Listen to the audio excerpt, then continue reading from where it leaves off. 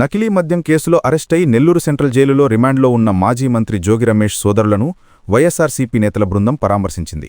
ఈ బృందంలో మాజీ మంత్రులు కాకాని గోవర్ధన్ రెడ్డి, వెల్లంపల్లి శ్రీనివాసరావు, ఎమ్మెల్సీలు పర్వతరెడ్డి చంద్రశేఖర్ రెడ్డి, మొండితోక అరుణ్ కుమార్, ఎన్టీఆర్ జిల్లా వైఎస్సార్సీపీ అధ్యక్షులు దేవినేని అవినాష్ పాల్గొన్నారు.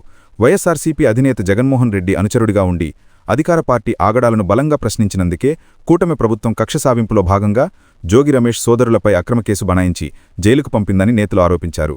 సీఎం చంద్రబాబు, మంత్రి లోకేష్లు రాష్ట్రంలో నియంతపాలన సాగిస్తూ రెడ్ బుక్ రాజ్యాంగాన్ని అమలు చేస్తున్నారని మండిపడ్డారు. చంద్రబాబుకు వ్యతిరేకంగా మాట్లాడేవారిని వేధించడమే లక్ష్యంగా పెట్టుకున్నారని ఆరోపించారు.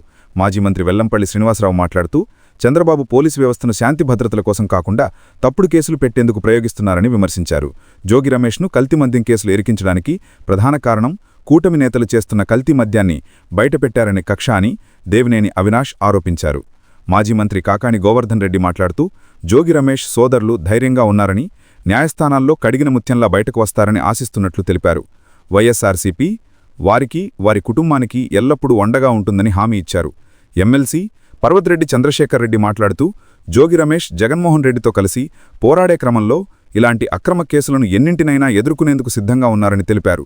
ఎన్ని కేసులు పెట్టినా వైఎస్సార్సీపీ నాయకులు భయపడరని, ప్రజా సమస్యల పట్ల ప్రశ్నిస్తూనే ఉంటామని హెచ్చరించారు. జోగి రమేష్ జైలు నుండి వచ్చిన తర్వాత మరింత రెట్టింపు ఉత్సాహంతో ప్రజాపోరాటాలు చేస్తారని వెల్లంపల్లి శ్రీనివాసరావు పేర్కొన్నారు.